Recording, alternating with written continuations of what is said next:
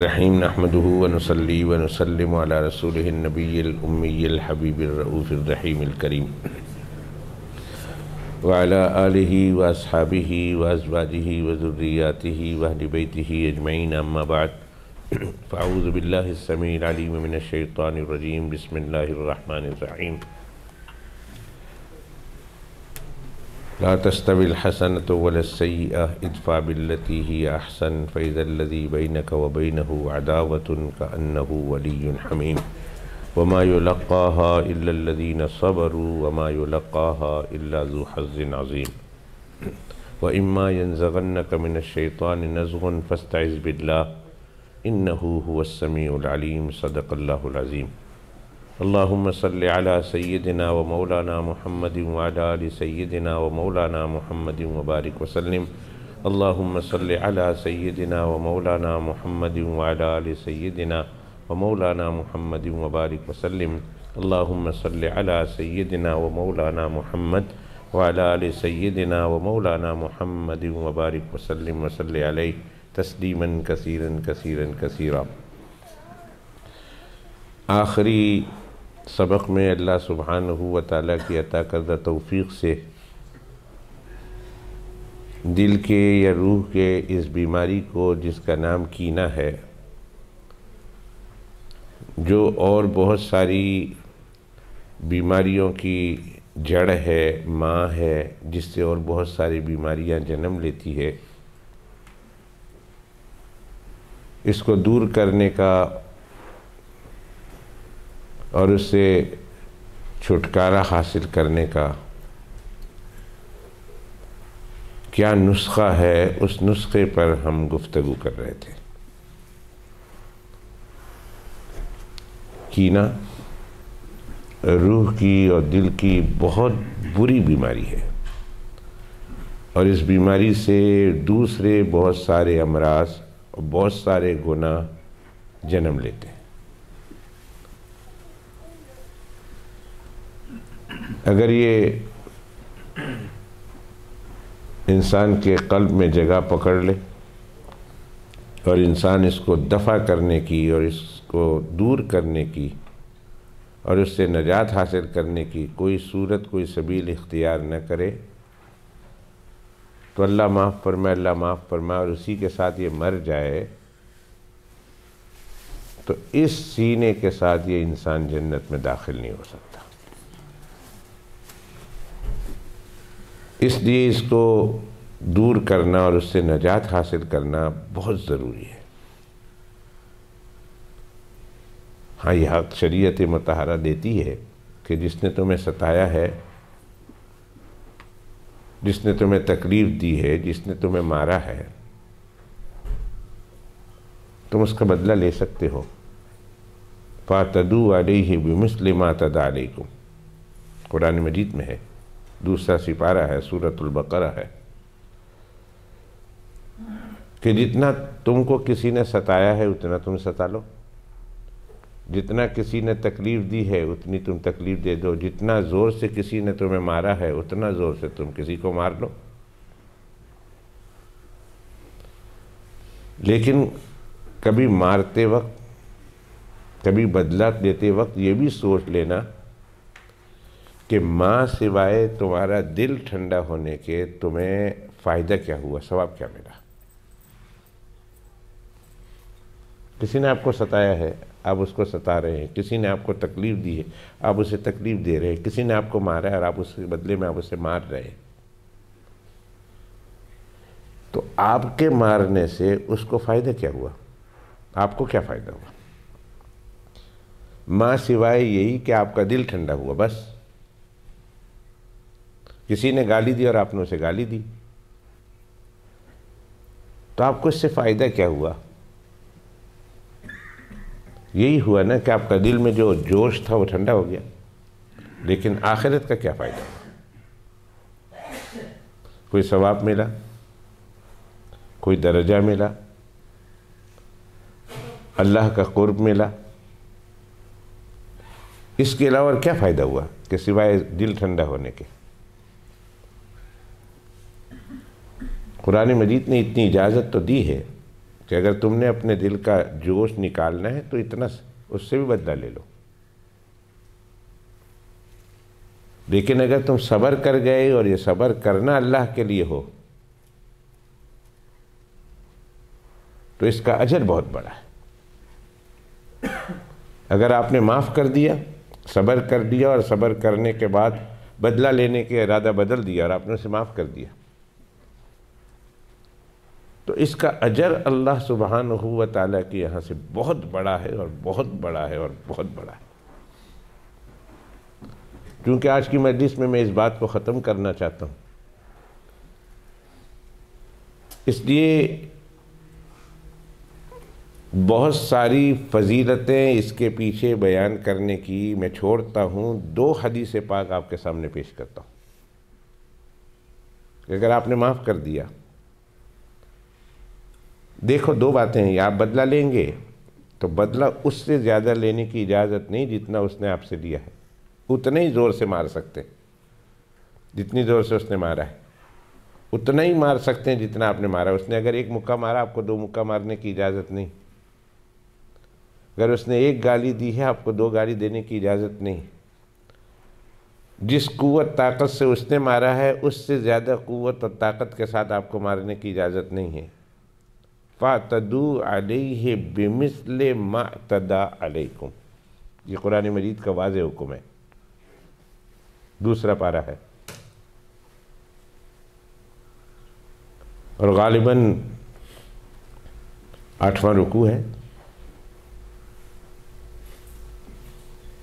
कुरान शरीफ खोलकर देख लीजिए। अगर आपने बदला ले भी लिया तो सवाल यह है कि इस बदला लेने से उसको आपको फ़ायदा क्या हुआ, मुझे क्या फ़ायदा हुआ? माँ सिवाय इसके कि आपके दिल में जो गुस्से की आग भड़क रही थी उस पर थोड़ा पानी पड़ गया, ठंडा हो गया, बस।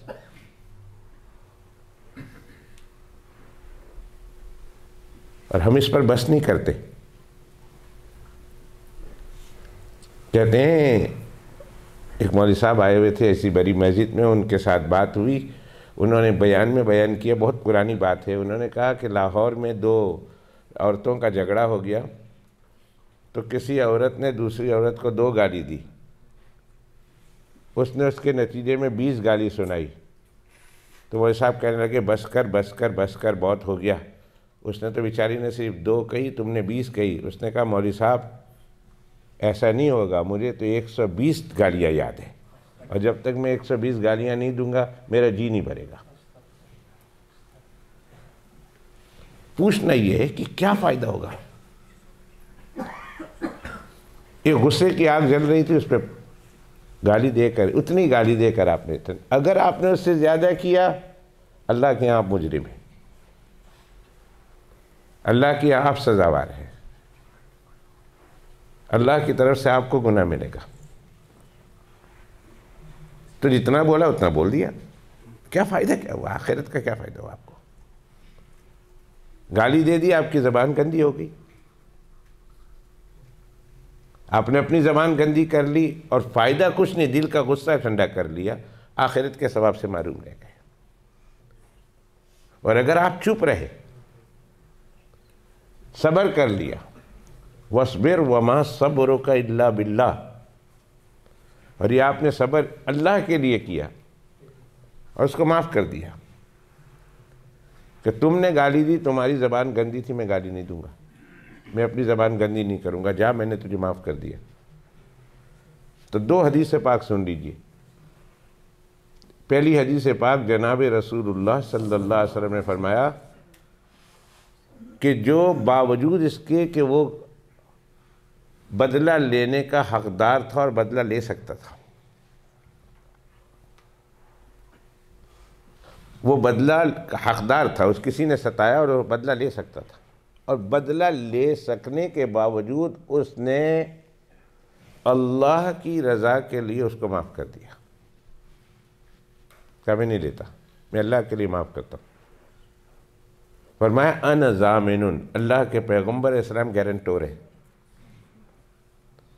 कोई दुनिया का कोई ऐरे गैरे इंसान नहीं, कोई दुनिया का दीनदार इंसान भी नहीं, ये अल्लाह के पैगम्बर अलैहिस्सलाम गारंटर हैं। अना ज़ामिनुन, मैं गारंटी देता हूँ। किस चीज़ की? फरमाया कल क़यामत के दिन जन्नत के बीचों बीच जन्नत में तुझे अल्लाह से महल दिला के दूंगा। मैं अल्लाह से तुझे महल दिला के दूंगा, मैं ज़ामिन, मैं गारंटी देता हूँ। क़यामत के दिन आ जाना मेरे पास और कहना मैंने फ़लाँ ने मुझे सताया था और मैंने अल्लाह के लिए उसको माफ़ कर दिया था और सब्र कर लिया था और मैंने माफ़ कर दिया था, मैं कुछ बोला नहीं।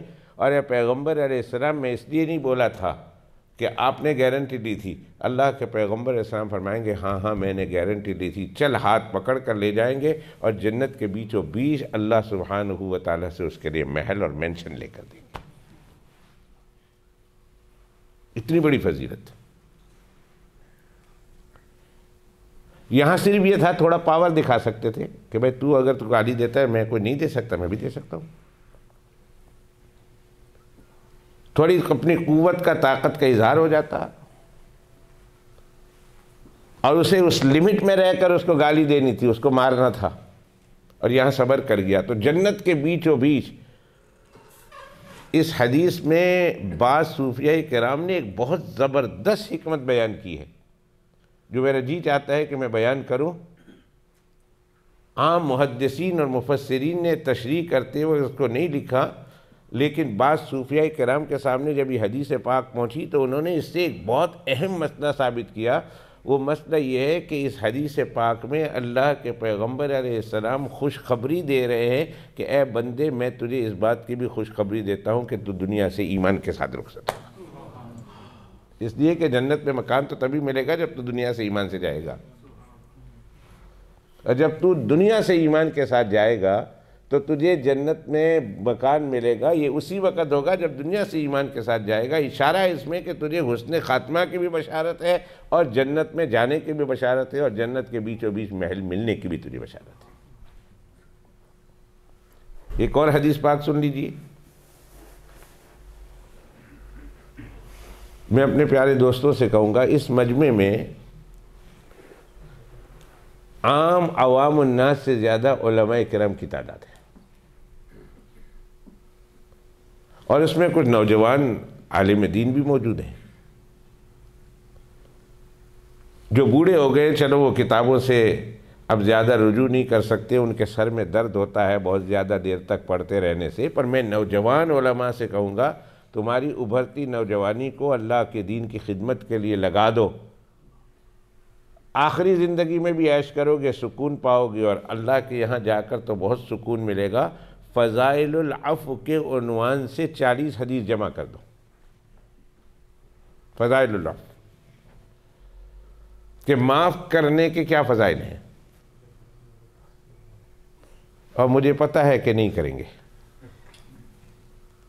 मैं दरख्वास्त फिर भी करता हूँ, इसलिए कि मैंने इससे पहले भी बहुत दरख्वास्तें की है और अगर वो दरख्वास्त मेरी कबूल कर ली जाती तो अब तक 2 किताबें छप चुकी होती।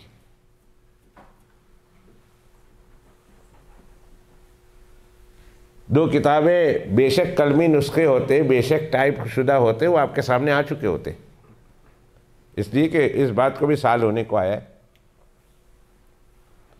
लेकिन फिर भी हो सकता है वो वक्त कबूलियत का ना हो। ऐसा भी होता है ना कि कबूलियत की घड़ी ना हो, मैंने दिल से ना कहा, मैं अपना कसूर मानता हूँ। हो सकता है जिस दर्द के साथ, जिस मोहब्बत के साथ, जिस कर्ब के साथ और जिस घुटन के साथ मुझे कहने चाहिए था, मैं आपकी खिदमत में पेश न कर सका। आज मैं आपके सामने फिर एक बात दोहराता हूँ कि फ़ज़ाइलुल अफ़्व के उन्वान से 40 हदीसें इकट्ठी कर लो इस मज़मून पर। और जिस दिन ये किताब छप गई, मैं इसी मजलिस में, इन्हीं मजलिस में मैं आपके सामने वो 40 हदीस पढ़ कर सुनाऊँगा आपको कि माफ़ करने के फ़ज़ाइल क्या हैं। और किताबों में आप तलाश करेंगे तो आपको इतनी खूबसूरत, इतनी प्यारी बातें और इतनी सुनहरी बातें और इतनी मीठी बातें जनाब रसूलुल्लाह सल्लल्लाहु अलैहि वसल्लम की अफ़्व दरगुज़र के बारे में मिलेंगी कि आपने सारी ज़िंदगी सुनी नहीं होगी, और सुनेंगे तो आपका ईमान ताज़ा हो जाएगा। एक हदीस पाक तो मैंने सुना दी, अब दूसरी सुनाने लगा हूँ। क्या हज़रत सल्लल्लाहु अलैहि वसल्लम फरमाते हैं कि क़यामत के दिन एक मुनादी ऐलान करेगा मैदान महशर में, अल्लाह की तरफ से मुकर्रर होगा, वो ऐलान करेगा कि वो लोग कहाँ हैं कि जिनका अल्लाह सुब्हानहू व तआला पर कुछ हक़ है।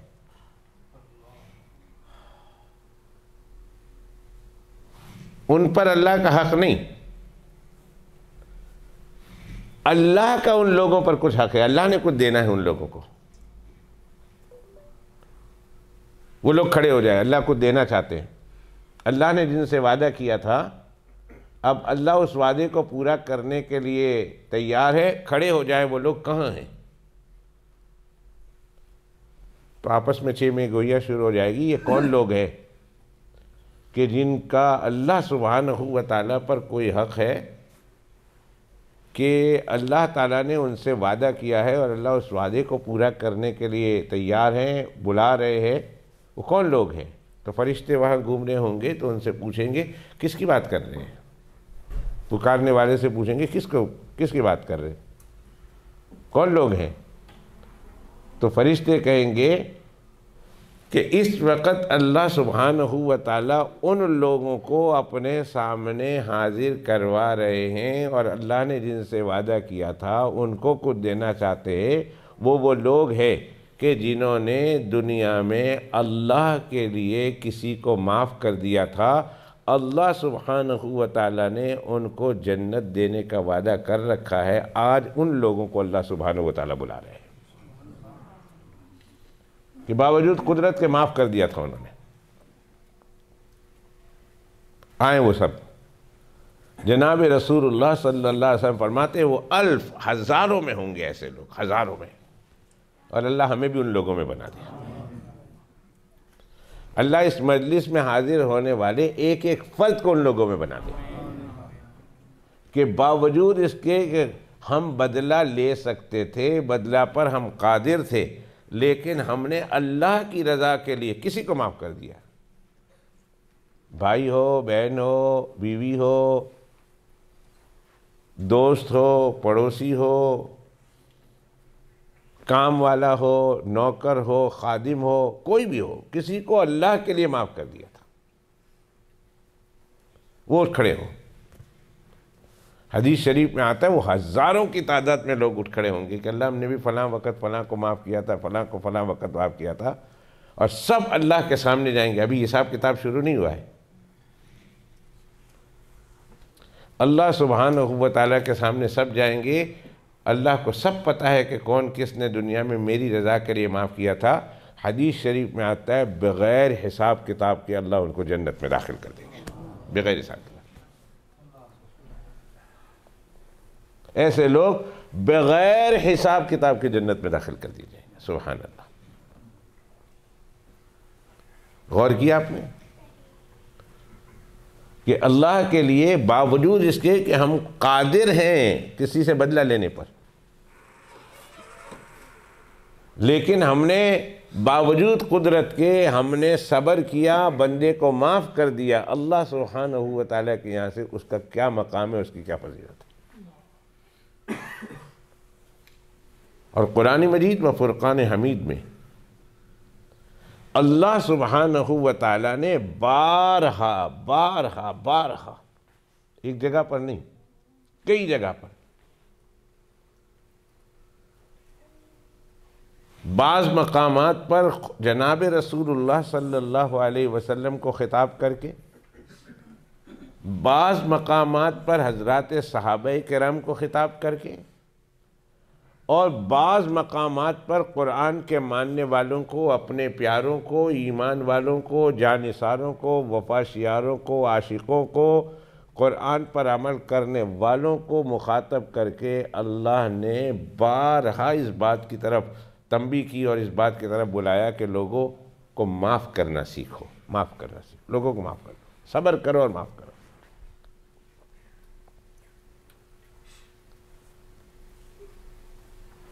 एक सिर्फ वाक़या कुरान मजीद के हवाले से बयान करते हुए, बात करते हुए आगे चलो। उम्मुल मोमिनीन हज़रत आयशा रज़ी अल्लाह ताला अन्हा पर तहमत लगी। मुनाफिकीन ने बहुत ज़ोर और शोर का प्रोपेगेंडा लगाया और इस कदर ज़ोर और शोर से प्रोपेगेंडा कि उसकी जद में चंद मुसलमान, मुखलिस मुसलमान भी आ गए। पहले ज़माने में प्रोपेगेंडा के उन्वान से ऐसा कोई सब्जेक्ट नहीं था, बस बात चलाते थे, बात चल जाती थी। लेकिन अब तो बाकायदा प्रोपेगेंडा के उन्वान से कॉलेज में डिग्री ली जाती है, प्रोपेगेंडा के उन्वान से, कि किसी बात को प्रोपेगेट कैसे करना है और किसी बात को लोगों में किस तरह चलाना है। इस कदर जोर और शोर के साथ प्रोपेगेंडा किया कि चंद मुखलिस मुसलमान, 3 नाम उनमें बड़े आते हैं।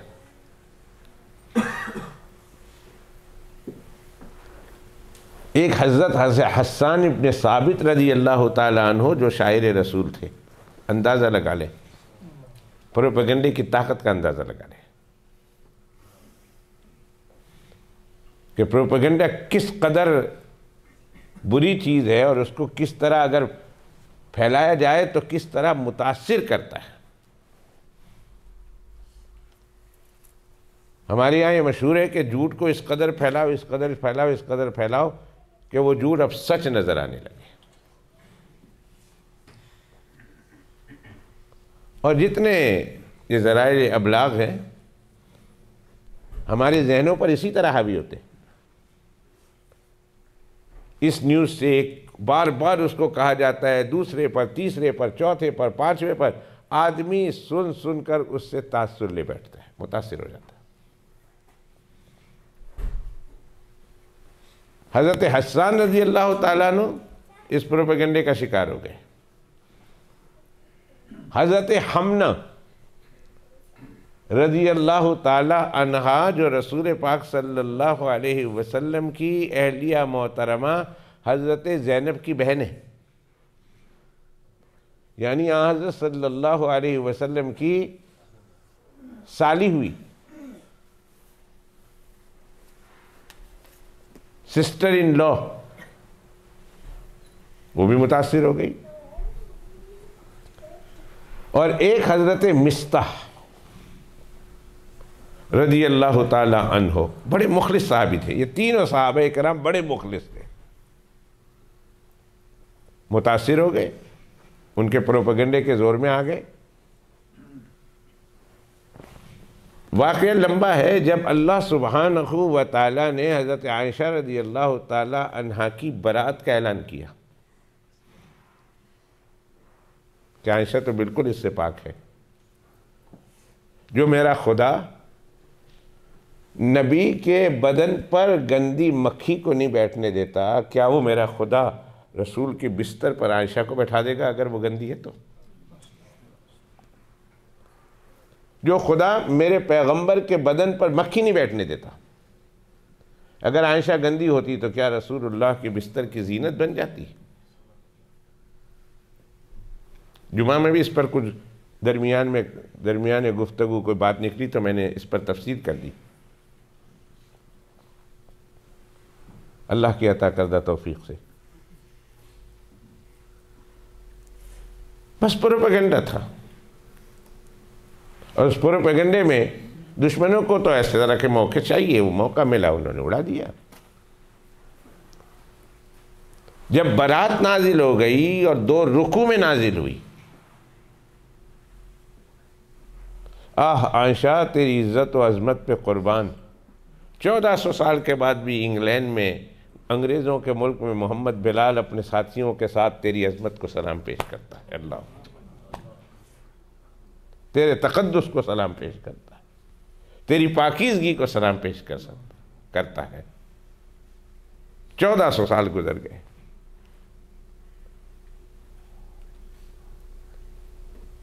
कुरान में अल्लाह बोल पड़े ना, अताउल्लाह सैयद अताउल्लाह शाह साहब बुखारी रहमतुल्लाह अलैह फरमाते, जब आयशा पे तोहमत लगी तो अल्लाह वकील सफ़ाई बनकर ख़ुद कुरान में उतर पड़ा। अल्लाह वकील सफ़ाई बन गया।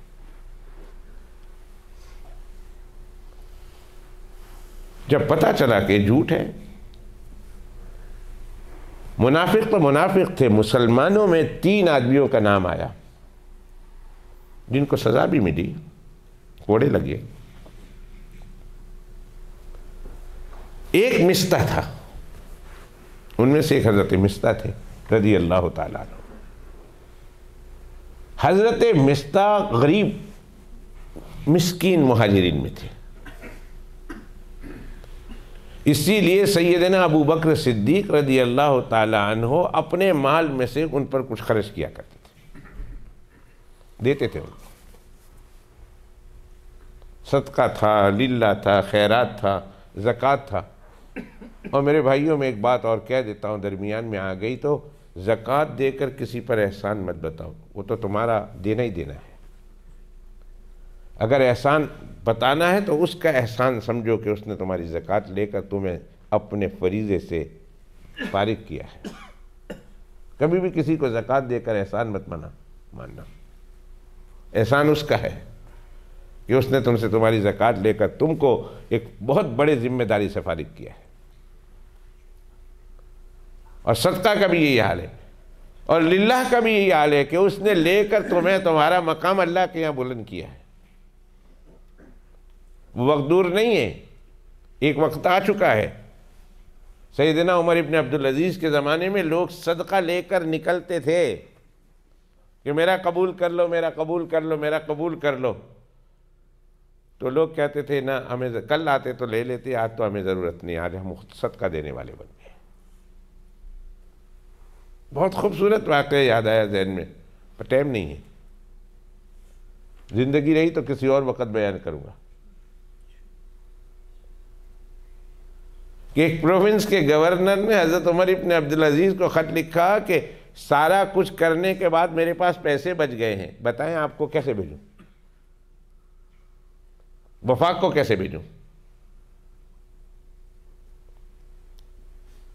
एक सूबे के गवर्नर ने खत लिखा, जो मैंने पैसा वसूल किया है मैंने इस्तेमाल कर लिया, साल भर का खर्चा निकाल लिया है, पैसे बच गए, मैं क्या करूं, आपके पास कैसे भेजूं। आज तो सूबे वाले वफाक की तरह मुंह देखते हैं, सारा पैसा खर्चा हो गया और पैसा दो। वफाक कहते साढ़े कोल कोई नहीं, हम भीख मांगने निकले, हम भीख मांग रहे। कभी IMF के पास जाते हैं, कभी सऊदीया वालों के पास जाते हैं, कभी चाइना के पास जाते हैं। मैं पाकिस्तान के हवाले से गुफ्तगू कर रहा हूँ। और वो भी कहते हैं 80 तो 80 मिलिया, और कोई बंदा ही नहीं मिला, बार बार आ जाते हो। और उस जमाने में सूबा वाले लिख रहे वफाक को कि पैसे बच गए हैं, क्या करूं। उमर इब्न अब्दुल अजीज रहमतुल्लाह ने फरमाया ये काम करो। उन्होंने कहा हज़रत कर चुके हैं ये काम भी, फिर भी पैसे बचे। हज़रत उमर इब्न अब्दुल अजीज ने कहा फिर ये काम कर लो। उन्होंने कहा ये काम भी कर चुके।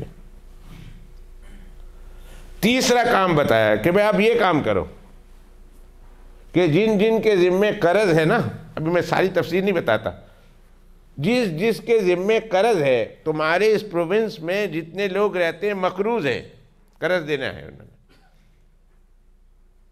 तो उन लोगों को बुलाओ और इस वफाक से पैसे दो कि अपना कर्ज पूरा करो। तो वफाक का गवर्नर लिखता है ये भी कर चुका हूं, ये भी कर दिया। जिसके कर्ज थे वो भी आकर लेकर चले गए, बेवाओं के खर्चे भी मैंने दे दिए। फिर उमर इब्न अब्दुल अजीज ने कहा अच्छा यही है तो फिर हमारे पास भेज दो, हम कुछ और सोचेंगे। और एक वक्त आने वाला है कि ज़कात लेकर निकलोगे तो ज़कात कबूल करने वाला कोई नहीं मिलेगा। अल्लाह का शुक्र अदा करो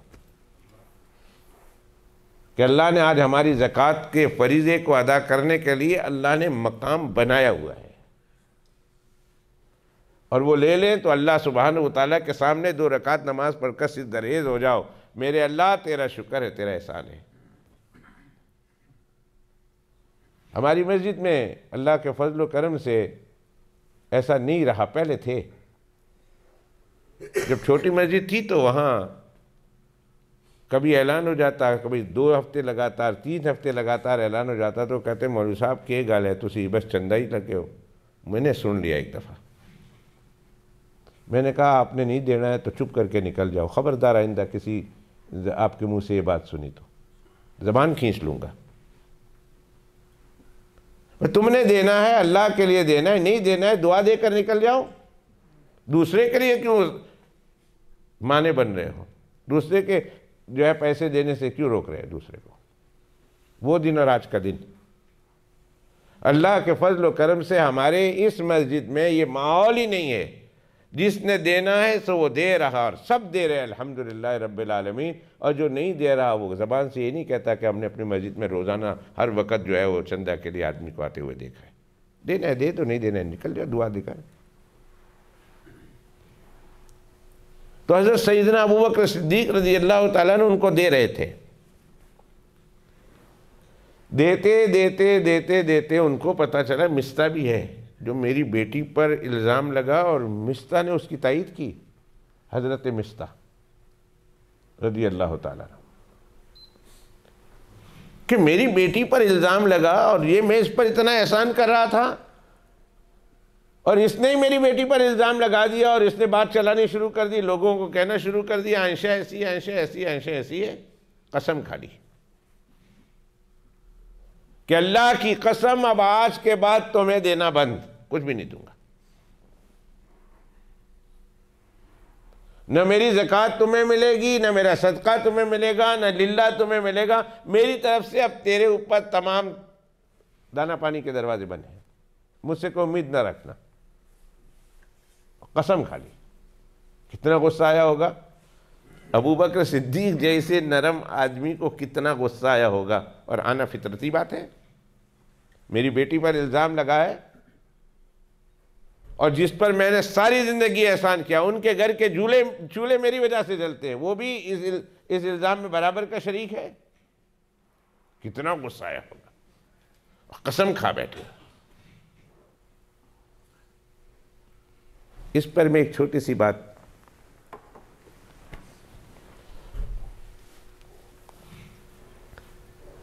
एक और छोटा सा वाक़या याद है, वो बयान करके अपनी बात को ख़त्म करता हूँ। एक औरत आई रसूलुल्लाह सल्लल्लाहु अलैहि वसल्लम के पास,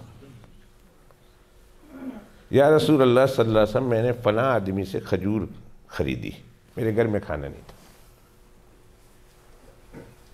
तो मैं उसके पास गई, मैंने कहा कर्ज में मुझे इतनी खजूर दे दो। आदमी ठीक था, उसने मुझे खजूर दे दी। किलो, 2 किलो, 5 किलो, 10 किलो, मैं अपने घर की ज़रूरत को देखकर, अपने घर के बच्चों की ज़रूरत को देखकर मैं खजूर लेकर आ गई।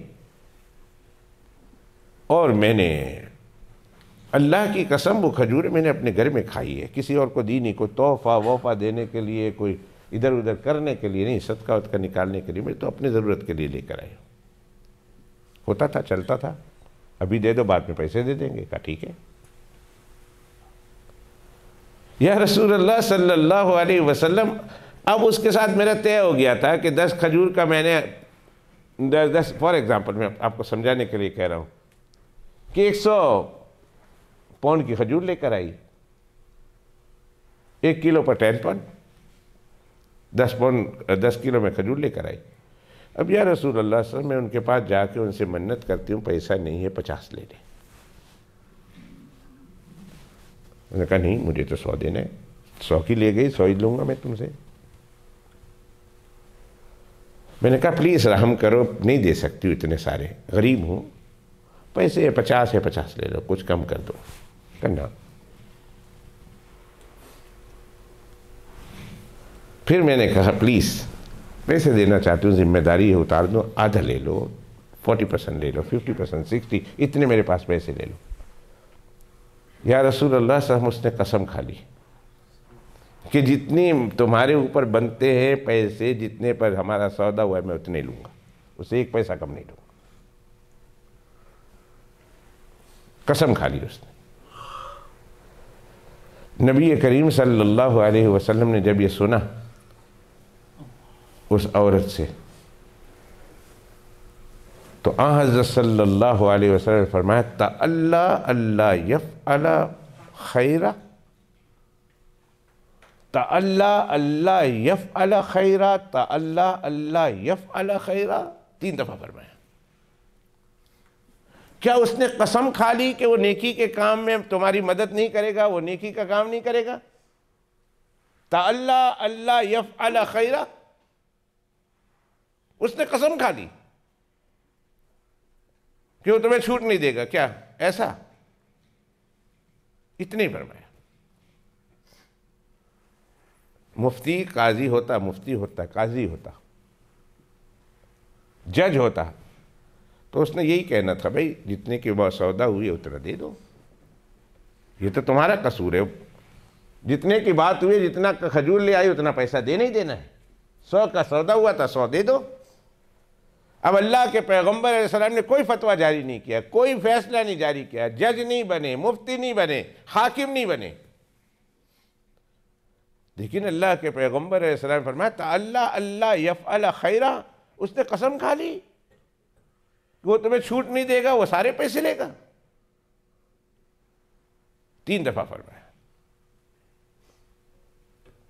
वो भागी हुई वो जा रही अपने घर, बस कुछ नहीं कहा तू जा दे दे पूरे, अब क्या करें। उसने तो कसम खा ली है कि तुम्हें छूट नहीं देगा। वो जा रही थी, उसके दुकान के सामने से गुजरी, उन्होंने कहा मैं तो तेरी शिकायत लगाई हूँ, मैंने तो कह दिया रसूलुल्लाह सल्लल्लाहु अलैहि वसल्लम को तेरी शिकायत कर दी।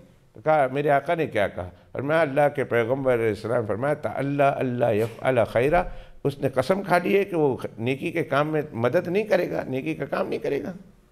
और आका और कुछ नहीं कहा,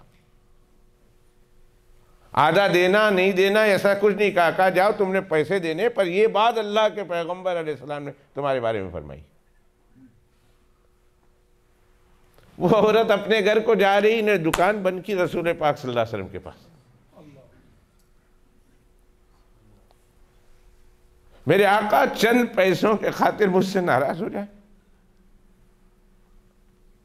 और ये जुमला कहें कि मैंने कसम खा ली है कि नेकी के काम में मैं साथ नहीं दूंगा। कहीं ऐसा ना हो कि अल्लाह कुरान मजीद की कोई आयत ही उतार दे। हक तो मेरा था, जितने में मैंने दिया है उतना पैसा, बात हुई है उतना पैसा मैंने लेना है। लेकिन मेरे आका तरबियत थे ना, तरबियत का अंदाज, मुरब्बी थे, मुफ्ती थे, काजी थे, हाकिम थे, साथ मुरब्बी भी थे, तरबियत भी करते थे। इंसानों के कल्ब से दुनिया की मोहब्बत को कैसे निकालना, लोगों पर कैसा एहसान करना और लोगों के साथ किस तरह नरमी से पेश आना, ये सब कुछ अल्लाह के पैगंबर अलैहिस्सलातु वस्सलाम की तरबियत के ज़ैल में दाखिल था। इतने जुमला कहा।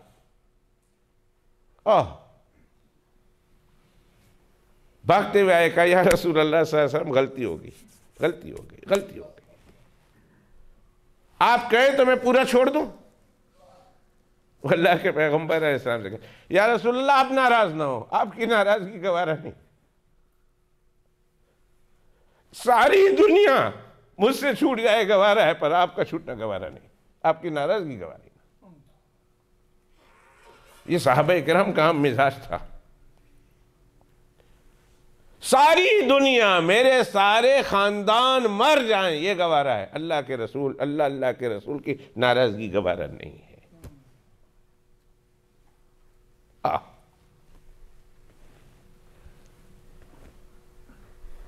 कहा या रसूल अल्लाह आप कहे तो सारे पैसे माफ कर दो, गलती हो गई, मेरी गलती हो गई, मैंने कसम खा ली, गलती हो गई, अगर आप चाहें तो मैं सारे पैसे छोड़ दूं या आप जैसे इरशाद फरमाए। हज़रत सल्लल्लाहु अलैहि वसल्लम ने फरमाया भाई वो जितने उसके पास ताकत है देने की उतने ले लो, दूसरा माफ कर दो। जितना वो कह रही ना वो दे सकती है उतना ले लो, और दूसरे जो पैसे नहीं दे सकती है वो आजिज़ है उसको माफ कर दो। उन्होंने कहा या रसूल अल्लाह मैं आपको गवाह बना के कहता मैंने माफ कर दिया, जितना लेना है दे सकती है दे दे, वरना मैंने माफ कर दिया। हज़रत अबू बकर कसम खा बैठे मैं अब इनको एक पैसा नहीं दूंगा। और आइंदा से मुझसे कोई उम्मीद न रखे। घर में चूल्हे जलते हैं तो जले, नहीं तो भूखे मरे, मैं नहीं दूंगा, कसम खाता हूं। अभी हजरत अबू बकर सिद्दीक रज़ी अल्लाह ताला अन्हो ये कहकर फारिग नहीं हुए थे कि अल्लाह ने हजरत जिब्राइल को आवाज़ दी। जिब्राइल फरमाया रब्बैक या जलील, ए जलील बताएं मैं हाजिर हूँ। फरमाया इसी वक़्त नबी करीम सल्लल्लाहु अलैहि वसल्लम के पास कुरान मजीद की आयत लेकर चले जाओ, इसी वक़्त जाओ और मेरे महबूब को इक़रा मिन्नी मिन्हु अस्सलाम, उसको मेरी तरफ से सलाम पेश करना और कुरान मजीद की आयत पेश कर देना।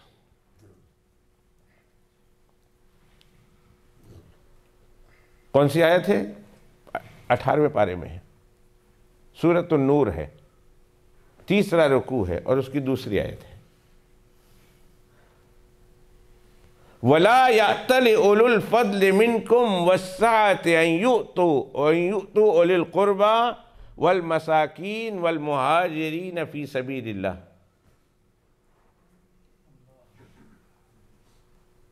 अल्लामा फ़खरुद्दीन राज़ी रहमतुल्लाह अलैह ने इस आयत करीमा की रोशनी में 20 से ज़्यादा दलाइल कायम किए हैं हज़रत अबू बकर सिद्दीक़ रज़ी अल्लाह ताला अन्हु की तमाम सहाबा पर फजीलत को, कि हज़रत अबू बकर तमाम सहाबा से अफजल है, 20 से ज़्यादा इसी आयत की रोशनी में। वला यातल उलुल फद्ल मिनकुम वस्साअति अन युतू उलिल कुर्बा वल मसाकीन वल मुहाजिरीन फी सबीलिल्लाह। अहले इल्म और अहले फज़ल और अहले तक़वा को ये मुनासिब सजावार नहीं देता कि वो कसम खा लें कि नहीं देंगे हम। भाई वो उनका अपना ज़र्व था, उसने काम कर लिया, आप अपने ज़र्व के मुताबिक चलो ना। ईसा भाई बोल्टन में थे, हम जब छोटी मस्जिद में थे तो कभी कभी सैटरडे रात को आ जाते थे, हम चाय पीते थे और फिर बैठकर मजलिसें लगती थी। बोल्टन के थे ईसा भाई, अब पता नहीं हयात हैं कि नहीं, बहुत देर हो गई मैंने देखी नहीं। तो आज से तकरीबन मैं बात कर रहा हूँ 30-35 साल पुरानी, 30-35 साल पुरानी, जब हम मस्जिद में रहा करते थे। तो ईसा भाई आते थे और शायर थे तो शेर सुनाते थे। उनका एक शेर मुझे याद आया, आज भी याद है, 35 साल से पहले। उन्होंने कहा 100 जुल्म किए तुमने, 100 जुल्म किए तुमने पर आह न की हमने, 100 जुल्म किए तुमने पर आह न की हमने। वो ज़र्फ तुम्हारा था, ये ज़र्फ हमारा है। ज़र्फ की बात है, तुम्हारा ज़र्फ है, तुम जुल्म करो। इधर आ प्यारे हुनर आजमाए, इधर आ प्यारे हुनर आजमाए, तो तीर आजमा हम जिगर आजमाए, तो तीर आजमा हम जिगर आजमाए। हम अपना सीना पेश करते, तू तीर आजमा। आ इधर आ प्यारे हुनर आजमाए, तू तीर आजमा हम जिगर आजमाए। फरमाया ना ना ना ना, अबू बकर क्यों कसम खाई तुमने? भाई वो उसका अपना अमल था, उसका अपना ज़र्फ था, गलती हो गई तो तुम भी उसी राह पर चलोगे।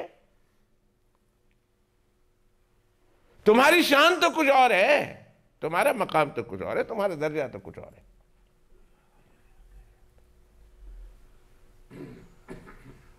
वला यातल उलुल फज़ल मिनकुम वस्सा,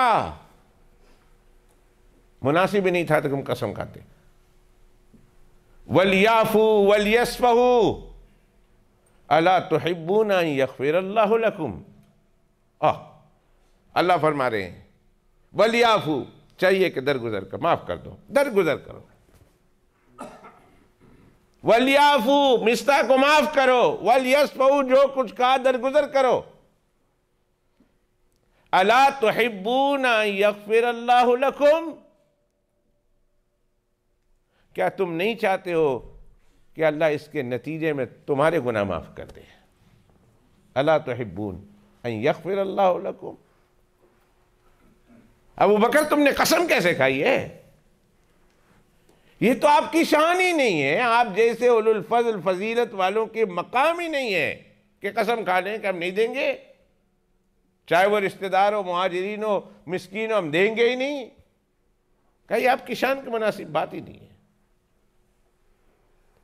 अल्लाह हुक्म देता है, अल्लाह हुक्म देता है, वलियाफू वलियस्फहू, माफ कर दो, मिस्ता को माफ कर दो, वलियस्फहू, जो कुछ कहा दरगुजर कर दो।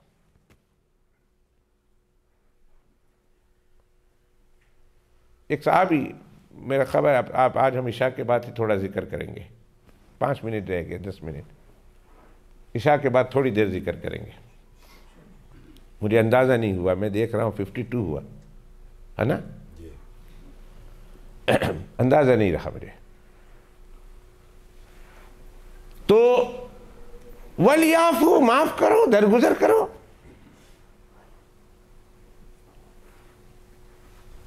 एक साहबी रदी अल्लाह ताला अन्हु अल्लाह के पैगम्बर अलैहिस्सलाम के पास है। अब्दुल्ला इब्न उमर रदी अल्लाह ताला अन्हु का ये रिवायत है, गालिबन इमाम अबू दाऊद रहमतुल्लाह अलैह ने सुनन अबी दाऊद में इस रिवायत को नकल किया। अब्दुल्ला इब्न उमर रदी अल्लाह ताला अन्हुमा फरमाते हैं, एक सहाबी जनाब रसूलुल्लाह सल्लल्लाहु अलैहि वसल्लम की खिदमत में आए और कहा, या रसूलल्लाह, मेरा गुलाम है ना, तंग आ गया, बार बार गलती करता है, बार बार गलती करता है, बार बार गलती करता है, कितनी बार मैं उसे माफ़ करूं?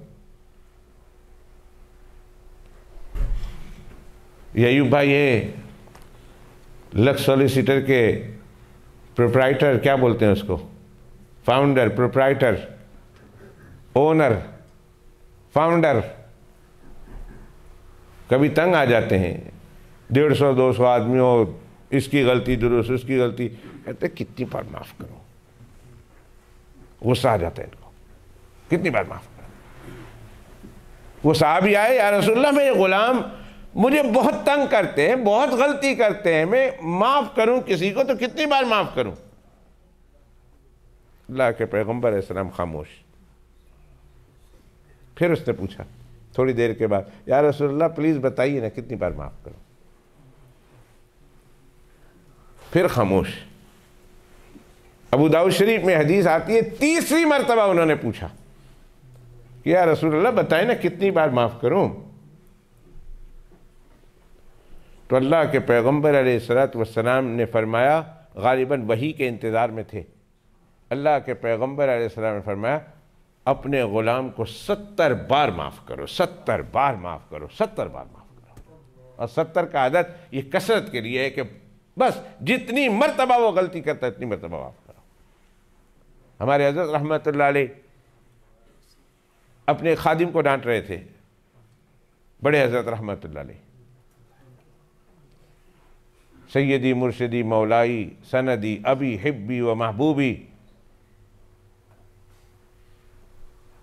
क़ुत्बुल अख़्ताब हज़रत अक़दस हज़रत मौलाना शेख ज़करिया साहब नव्वर अल्लाहु मरकज़हु फ़ज़ाइल अमाल वाले, अल्लाह उनके दर्जात बुलंद फरमाए, अल्लाह उनकी कब्र को नूर का बुक़ा बनाए, अल्लाह आखिरत में रसूलुल्लाह सल्लल्लाहु अलैहि वसल्लम के साथ उनका हशर फरमाए, और अल्लाह फिर उनके ज़ुमरे में हमारा हशर फरमाए, अल्लाह उनके साथ हमारा हशर फरमाए और उनका हशर रसूलुल्लाह सल्लल्लाहु अलैहि वसल्लम के साथ फरमाए।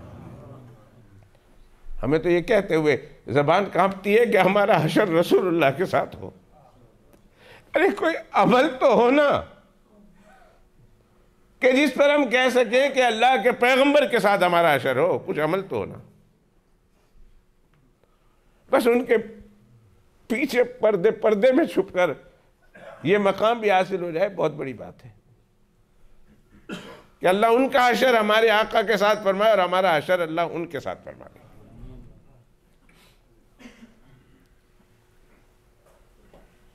एक दफ़ा खादिम को डांट रहे थे, कितनी बार तुमने गलती की, कितनी बार तुमने गलती की, कितनी बार माफ़ करूं? बानी तबलीग हज़रत जी मौलाना इलियास साहब रहमतुल्लाह अलैह पीछे से गुजर रहे थे, हज़रत शेख इस तरह मुंह करके उसको डांट रहे थे और हज़रत को पता नहीं चचा जान गुजर रहे हैं पीछे से।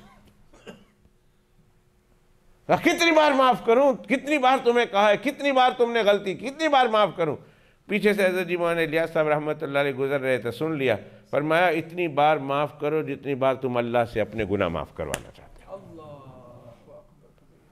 तुम जितना चाहते हो अल्लाह मुझे माफ़, तुम भी तो बार बार गुनाह करते हो ना और बार बार अल्लाह से माफ़ी मांगते हो, तो तुम जितनी बार चाहते हो कि अल्लाह मुझे माफ़ करे, इतनी बार तुम उसे माफ़ करो।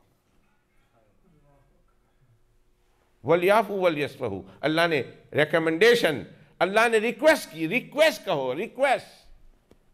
अल्लाह अबू बकर सिद्दीक से रिक्वेस्ट कर रहा, वलियाफू वलियस्फहू, मिस्ता ने गलती कर ली, प्रोपेगेंडे में आ गया और उसने तेरी बेटी पर वतान बांध दिया।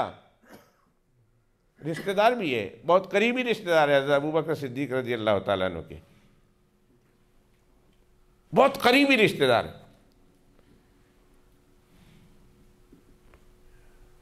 और मैं माफ कर दो, वलियाफू, माफ करो, वलियस्फहू, और दरगुजर करो, छोड़ दो। अला तुहिब्बूना अन यग़फ़िरल्लाहु लकुम, क्या तुम्हें ये बात पसंद नहीं कि अल्लाह इसके नतीजे में तुम्हारे गुनाह माफ कर दे? वल्लाहु गफूरुर रहीम। हज़रत अबू बकर सिद्दीक रज़ी अल्लाह तआला अन्हु उसी मजलिस में जिब्राईल अलैहिस्सलाम आए और सारा वाक़या सुना दिया। अल्लाह के पैगम्बर अलैहिस्सलाम, जब वो कैफियत ख़त्म हुई, वही की कैफियत अल्लाह के पैगम्बर अलैहिस्सलाम के ज़माने मुबारक से आज जारी हुई। हज़रत अबू बकर सिद्दीक रज़ी अल्लाह तआला ने सुनी तो रो पड़े, चीख पड़े, फरमाया हाँ हाँ क्यों नहीं चाहता, भला क्यों नहीं कि अल्लाह मेरे गुनाह माफ़ फरमाए। ए रसूलुल्लाह सल्लल्लाहु अलैहि वसल्लम, आप गवाह रहिए, मैंने उसको माफ़ कर दिया, मैंने माफ़ कर दिया। वलियाफू वलियस्फहू, इस पर अमल था उनका। किस तरह अमल था? मेरे अल्लाह ने कहा दरगुजर करो, माफ करो, ये लीजिए या रसूल अल्लाह, मैंने इसी वक्त माफ कर दिया, इस उम्मीद पर कि अल्लाह मुझे माफ कर देंगे, मैंने माफ कर दिया और उसका खर्चा शुरू हो जाएगा। और फरमाते हैं, तारीख में आता है, हदीस पाक में आता है कि हज़रत अबू बकर सिद्दीक रज़ी अल्लाह तआला अन्हु ने हज़रत मिस्ता का खर्चा पहले से ज़्यादा बढ़ा दिया। पहले जितना जारी नहीं कर दिया, पहले जितना देते थे उससे ज़्यादा बढ़ा दिया कि मेरा अल्लाह तुझे माफ़ करने का हुक्म देता है, दरगुजर करने का हुक्म देता है, और मैं चाहता हूँ अल्लाह मुझे माफ़ करे, जाओ मैंने तुम्हें माफ़ कर दिया, और खर्चा चालू नहीं कर दिया, खर्चा पहले से ज़्यादा कर दिया। मेरे प्यारो, माफ़ करना सीखो, सब्र करना सीखो सबसे पहले। और वस्बिर वमा सब्रुका इल्ला बिल्लाह, और तुम्हारा ये सब्र करना अल्लाह की रज़ा के लिए हो। वस्बिर, ये अल्लाह पैगम्बर इस्लाम को हुक्म दे रहे हैं। 14वां सिपारा है और आखिरी आयतें हैं, 14 सिपारा खत्म हो रहा। वइन आक़बतुम फ़ाक़िबू बिमिस्लि मा उक़िबतुम बिह, अगर सजा देनी है, बदला लेना है, तो इतने लेना है जितना उन्होंने तुम्हें सताया है, तुम्हें तकलीफ दी है। वलइन सबरतुम, और पैगम्बर अगर आपने सब्र किया, फ़हुव खैरुल लिस्साबिरीन, और आगे फरमाया वस्बिर वमा सब्रुका इल्ला बिल्लाह, सब्र कीजिए और आपका ये सब्र करना सिर्फ अल्लाह के लिए हो। सब्र करना सीखिए, माफ़ करना सीखिए। और खुदा की कसम खा के कहता हूँ कि माफ़ करने में, आखिरी बात, माफ़ करने में जो लज्जत है ना, वो बदला लेने में लज्जत नहीं है। किसी को माफ करने के बाद दिल को जो सुकून मिलता है, दिल को जो लज्जत मिलती है, दिल को जो राहत मिलती है, बदला लेने के बाद उसके अंदर कोई राहत नहीं, कोई सुकून नहीं, कोई इत्मीनान नहीं, कोई खुशी नहीं होती। इसलिए भाई सब्र करना सीखो, माफ़ करना सीखो। तो कीना क्या है? बात बुराई की चल रही थी कि कीना है कि दिल में इंतकाम का जज्बा लेकर कि अभी मैं बदला नहीं ले सकता हूँ, बाद में बदला लूँगा अगर मुझे मौका मिलेगा, इसे कहते हैं कीना। और कीना दिल की बहुत बुरी बीमारियों में से है। ये बीमारी अगर इंसान के अंदर पेवस्त हो जाए तो और सैकड़ों और बीमारियां इससे निकलती है, जिसकी तफसील में बयान कर चुका हूँ। अब इस बीमारी से अपने आप को दूर करना है और अपने आप को बचाना है, तो फिर मैंने इसका एक नुस्खा तजवीज़ किया है कि उस नुस्खे पर अमल कीजिए। इंशाअल्लाह सुम्मा इंशाअल्लाह ये कीना, ये बोक्स, ये अदावत, ये सारा हिक़्द, ये गिल जो दिल की बीमारियों में से बड़ी बीमारी है, रफ्ता रफ्ता रफ्ता रफ्ता इंशाअल्लाह आपसे दूर होगी। आज की मजलिस में भी इस मज़मून को ख़त्म न कर सका, अल्लाह ने चाहा तो अगले हफ्ते इसको ख़त्म करेंगे। वसल्लल्लाहु अला सय्यिदिना मुहम्मद व अला आलिहि व अस्हाबिहि अजमईन। इंशाअल्लाह आज के लिए, सिर्फ आज के लिए, माफ़ी चाहता हूँ, बात बहुत दूर चली गई, अंदाज़ा नहीं हुआ। इंशाअल्लाह सिर्फ आज के लिए ज़िक्र इशा की नमाज के बाद होगा इंशाअल्लाह।